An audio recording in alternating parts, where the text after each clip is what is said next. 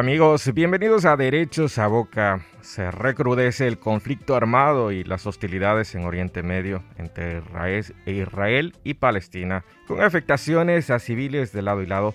Pero, ¿qué respuesta nos da el derecho internacional humanitario en medio de este conflicto? Hoy lo analizamos en Derechos a Boca. Si nunca antes escuchaste hablar del derecho internacional humanitario, presta mucha atención a este programa.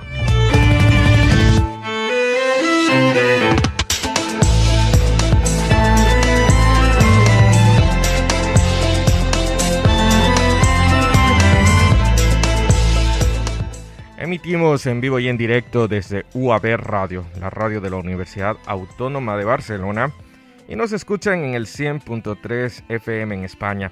Esta señal llega a América a través de Radio UTPL, la radio de la Universidad Técnica Particular de Loja, y Radio Universitaria de la UCE en Ecuador. También se comparte a más de 16 países en Europa y América a través de nuestra red internacional de contactos. A tots, moltes gràcies i benvinguts a Drets a Boca. Comencem!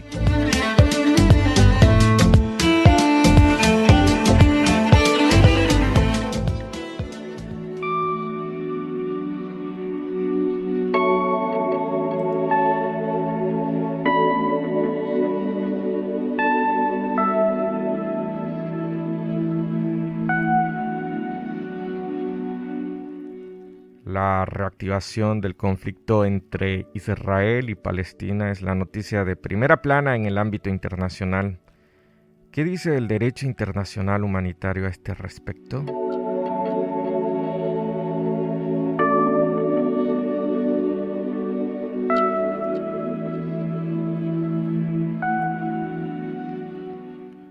Ante todo, el programa de hoy busca dar un enfoque en derechos en medio de un hecho que ocurre en Medio Oriente, el cual no es fruto de una catástrofe natural, tampoco es fruto de un desastre climático o cualquier otro suceso inesperado, sino producto de las hostilidades y el desacuerdo entre las partes que conviven en un mismo territorio y que, como hemos leído en los resúmenes noticiosos y reseñas de infinidad de medios de comunicación, parte de un conflicto histórico entre Israel y Palestina que se remonta al siglo XX, después de la Segunda Guerra Mundial, e incluso con antecedentes mucho más pretéritos.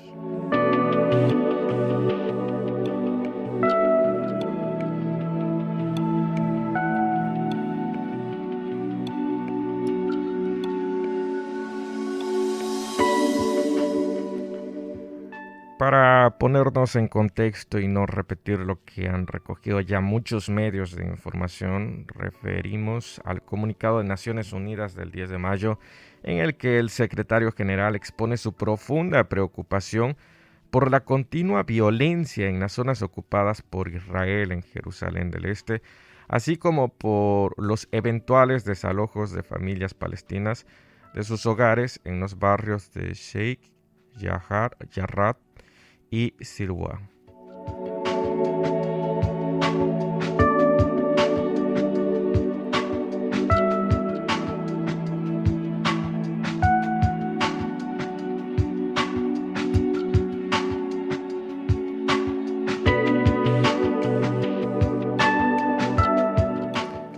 Según informaciones contrastadas por la ONU, el conflicto se reavivó el fin de semana pasado durante enfrentamientos en la explanada de las mezquitas de Jerusalén. Esto sucedió entre la policía israelí y los ciudadanos palestinos. En un comunicado emitido por la oficina de su portavoz Antonio Guterres, instó a Israel a cesar las demoliciones y los desalojos, de acuerdo con sus obligaciones y en virtud del derecho internacional humanitario y el derecho internacional pactado en los derechos humanos.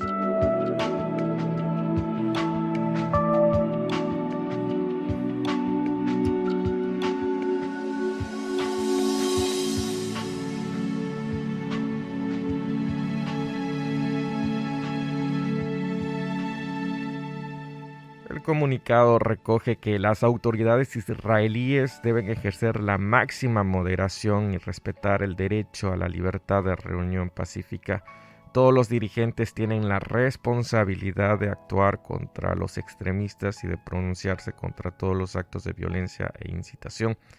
Esto aseguró Guterres, quien instó a mantener y respetar el statu quo en los lugares sagrados.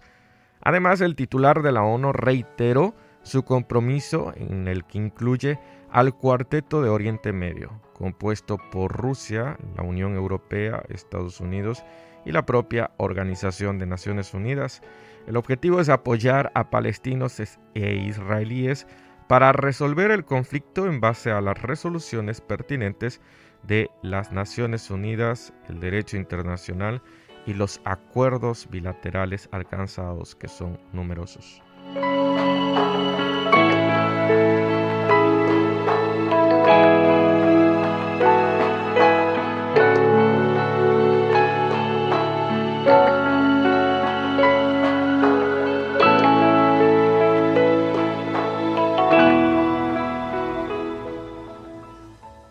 Los enviados del Cuarteto para Oriente Medio emitieron el sábado un comunicado de prensa en el que expresaban su alarma ante las declaraciones provocadas por algunos grupos políticos, así como el lanzamiento de cohetes y la reanudación del lanzamiento de globos incendiarios desde Gaza hacia Israel y los ataques a tierras palestinas en Cisjordania.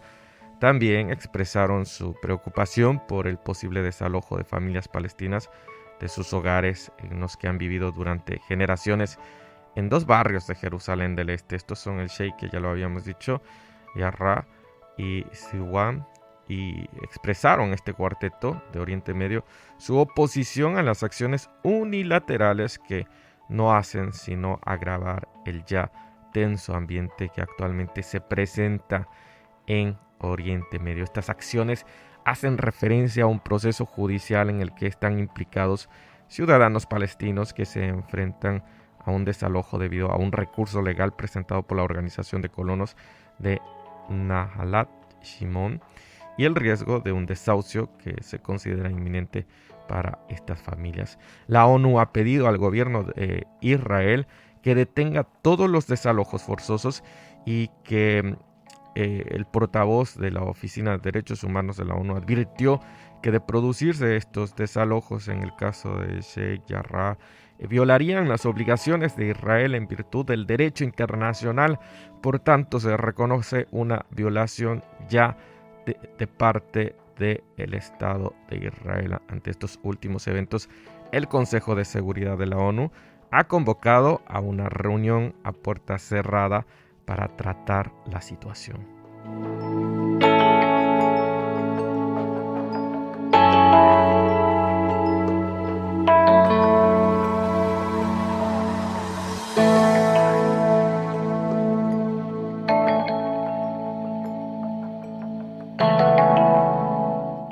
Y detectado a partir de este comunicado que hemos informado los incumplimientos a los acuerdos y en especial con respecto al derecho internacional humanitario, queremos inmediatamente informar a todos quienes nos escuchan en directo y en vivo y a quienes también nos escuchan por repetidas estaciones en varios países que este derecho, el derecho internacional humanitario, se compone, más bien dicho, este derecho compone una rama del derecho internacional público del mismo que persigue este derecho: atenuar y limitar los efectos de los conflictos armados para proteger a las personas que no participan de estas hostilidades o que han decidido dejar de participar en el enfrentamiento, es decir, los pacifistas. Y pacifistas hay en todo lado. Y de este modo, el derecho internacional humanitario quiere restringir y regular los medios y métodos de guerra a disposición de los combatientes. Recordemos que los civiles son los afectados, pero también están aquellos que son los beligerantes, los que actúan en un conflicto. Entonces, el derecho internacional humanitario, como lo vamos a ver, ya vamos a ir analizando, trabaja esto precisamente. Ustedes van a ver que es una respuesta muy importante que tenemos que tener conciencia para que funcione. Los acuerdos que regulan la conducta en los conflictos armados, el jus in bello, y se componen de una serie de normas, en su mayoría reflejadas en los convenios de Ginebra de 1949 y sus protocolos adicionales. De esto se trata. Las normas del derecho internacional humanitario procuran, como lo habíamos dicho, evitar y limitar el sufrimiento humano en tiempos de conflictos armados, pero no determinan si un país tiene derecho a recurrir a la fuerza, tal y como lo establece la Carta de Naciones Unidas. Estas normas son de obligatorio cumplimiento tanto por los gobiernos y los ejércitos participantes en cualquier conflicto armado que pueda encontrarse en la tierra, como por los distintos grupos de oposición o cualquier parte que participa en este conflicto y que usan las armas.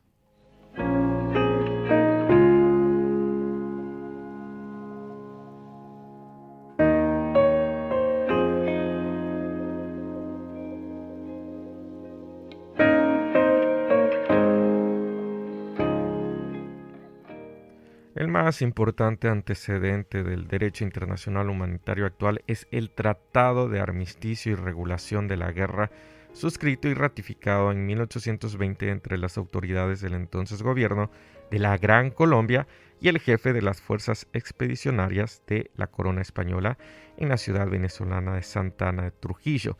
Este tratado fue suscrito en el marco del conflicto de las independencias, en el proceso de independencia de América, siendo el primero en su género para Occidente. Pero, ¿para qué se procuraba esto? Para aliviar el sufrimiento provocado por las guerras, se fundaron más adelante sociedades de socorro que pudieran colaborar con los servicios sanitarios y militares, lo que dio origen inmediato al movimiento internacional de la Cruz Roja y de la Media Luna Roja. Ustedes habrán visto estos símbolos muy importantes. Y en segundo lugar, la aprobación de un tratado para facilitar el trabajo de estas organizaciones y garantizar que los heridos reciban un tratamiento apropiado.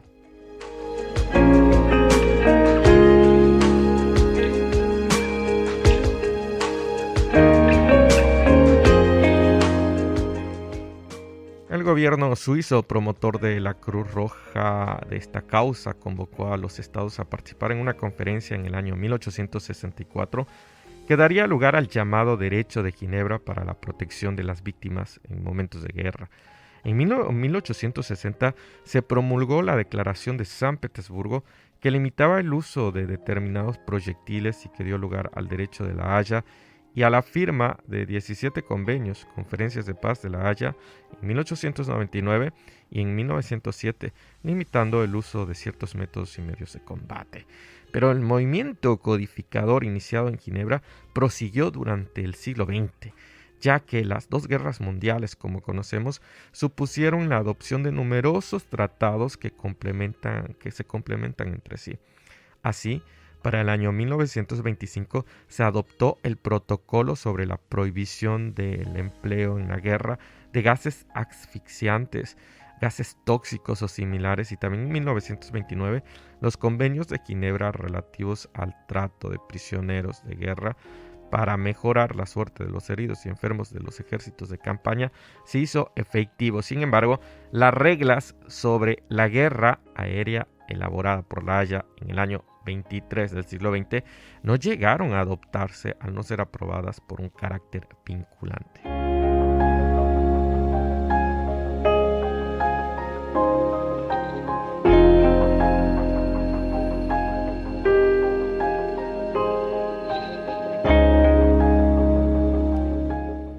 Pero amigos, en la misma medida en que ha crecido la comunidad internacional, se ha incrementado este número de estados que contribuyen al derecho internacional humanitario. Actualmente este puede considerarse como un derecho verdaderamente universal en todo el planeta. Pero este derecho y sus normas relativas a los derechos humanos se aplican durante situaciones tácticas distintas. Por ejemplo, los derechos humanos son exigibles en tiempos de paz, es decir, que sus normas son plenamente operativas en circunstancias normales dentro de un esquema institucionalizado de poderes en el que el Estado de Derecho es la regla, ¿verdad? Mientras tanto, el derecho internacional humanitario se aplica durante conflictos armados, tanto de carácter interno como de carácter internacional. Por tanto, el derecho internacional humanitario es en esencia un derecho de excepción.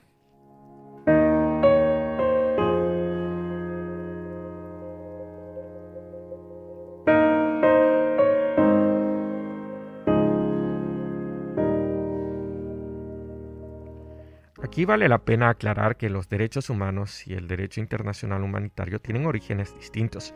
Los derechos humanos se gestaron en el orden interno de los estados.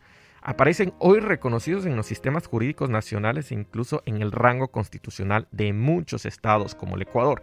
Los derechos humanos, los derechos humanos siguen y continúan siendo materia regida e implementada primordialmente por cada estado. A partir de la Segunda Guerra Mundial, la comunidad internacional experimentó la necesidad de controlar en el ámbito internacional a aquellos que en principio debían garantizar la efectiva aplicación de los derechos humanos dentro de sus propias jurisdicciones.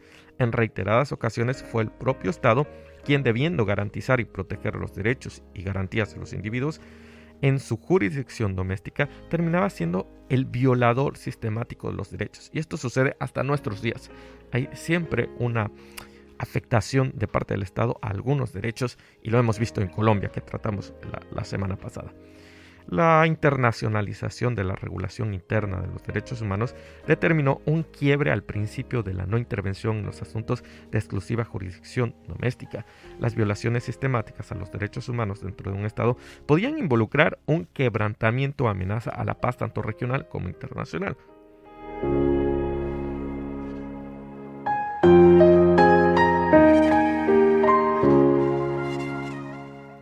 Y allí es cuando el derecho internacional humanitario irrumpe en las relaciones entre estados durante la segunda parte del siglo XIX, como una respuesta de la comunidad internacional a los horrores de la guerra. En este sentido, nace y se desarrolla como un movimiento no politizado, tomando distancia de las corrientes del pensamiento político en general y la necesidad de limitar los sufrimientos. Debemos repetir esto: limitar los sufrimientos innecesarios de los combatientes heridos y enfermos en el campo de batalla, que era muy importante para ese entonces. También la incorporación de nuevas categorías de víctimas en los conflictos armados, que implicó una evolución constante en cuanto a la ampliación del ámbito del derecho internacional humanitario. Es, por ejemplo, a los heridos, enfermos en el campo de batalla, que era muy importante en ese tiempo, y luego los prisioneros de guerra y como consecuencia sus traumas, las experiencias vividas durante la Segunda Guerra Mundial. Finalmente se ha regulado la protección de vida de la población civil afectada por conflictos armados. Existen hoy en día nuevas categorías específicas de personas protegidas, como así también se protege dentro del derecho internacional humanitario a determinados grupos de personas vulnerables, mujeres, niños, dentro de situación de conflictos armados.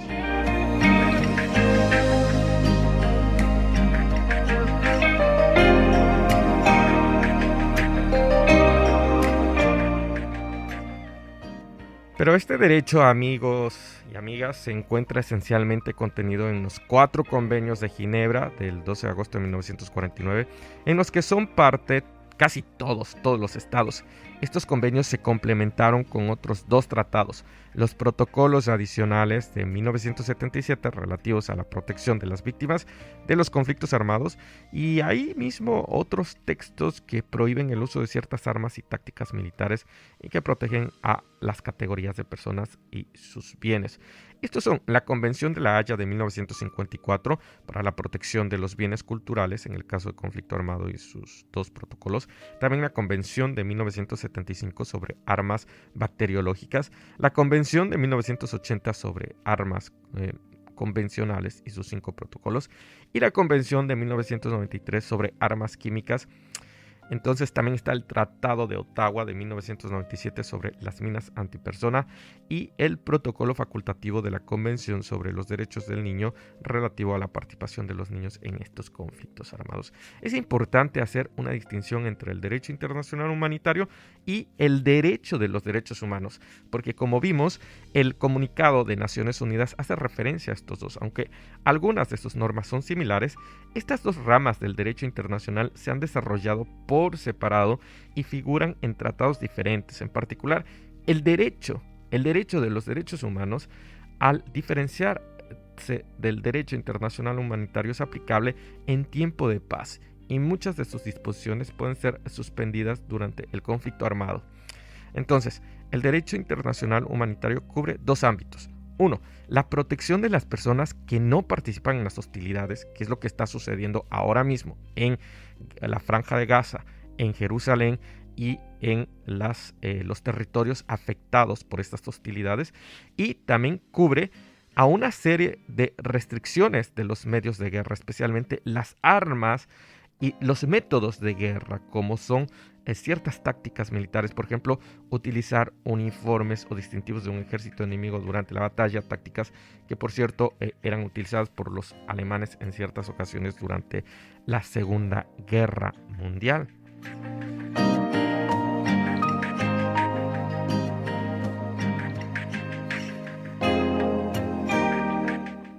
El derecho internacional humanitario prevé la obligación de los estados de respetar y hacer respetar sus normas. Según el Convenio de Ginebra de 1949, la relación jurídica se genera convencionalmente vinculada a los estados entre sí.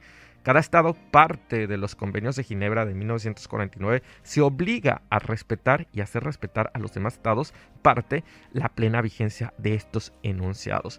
Por eso es muy importante que en estos momentos la comunidad internacional reunida y este cuarteto, este bloque, emergentemente tomará las decisiones para hacer respetar estos tratados. En la práctica, los estados han sido renuentes a manifestar su intención de cuestionar a los estados estas violaciones.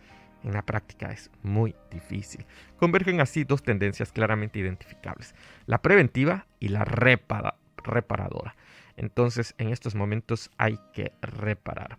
El recrudecimiento del conflicto armado y las hostilidades entre Israel y Palestina nos permite ver a la luz de los hechos y también del derecho algo que se puede evitar en el acuerdo y respeto bilateral de lo suscrito, de los pactos, pero también en el reconocimiento de la dignidad humana como valor supremo por encima de las disputas, las cosmovisiones, la religiosidad que puedan tener los pueblos. Creemos que la dignidad humana, el valor humano es supremo a cosmovisiones y visiones culturales. Esto consiste en una visión justa de no excluir, de no perseguir y sobre todo de reconocer la coexistencia armónica de culturas y, como lo hemos dicho, cosmovisiones en el respeto, la empatía y la búsqueda continua de la paz como medida para evitar los decesos, catástrofes y tragedias que hoy estamos viendo en Medio Oriente, fruto de las decisiones autoritarias, despóticas y egoístas de líderes, fuerzas y autoridades que acrecentan las hostilidades contra el pueblo de Palestina y asimismo contra el pueblo israelita, y que deben cesar, sin duda deben cesar para evitar más muertes, para evitar heridos, y que todo lo que ha podido ganarse en años de paz no se pierda en días de conflicto por el egoísmo, por un egoísmo de no llegar a acuerdos y de no convivir.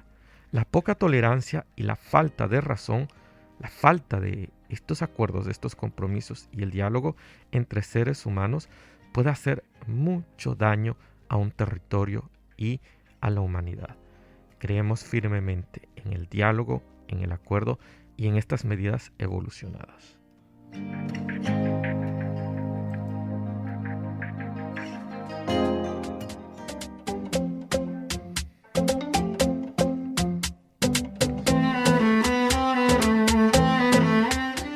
Agradecemos al Campus Media de la UAB por las facilidades para la producción y transmisión de este segmento internacional de derechos humanos. Asimismo, a Radio Universitaria de la UCE en Ecuador, que retransmite fielmente este programa en el continente americano, y UTPL Radio. Si este segmento ha contribuido a tu formación, no dejes de compartirlo a través del Campus Media. Ingresa a www.campusmedia.uab.cat.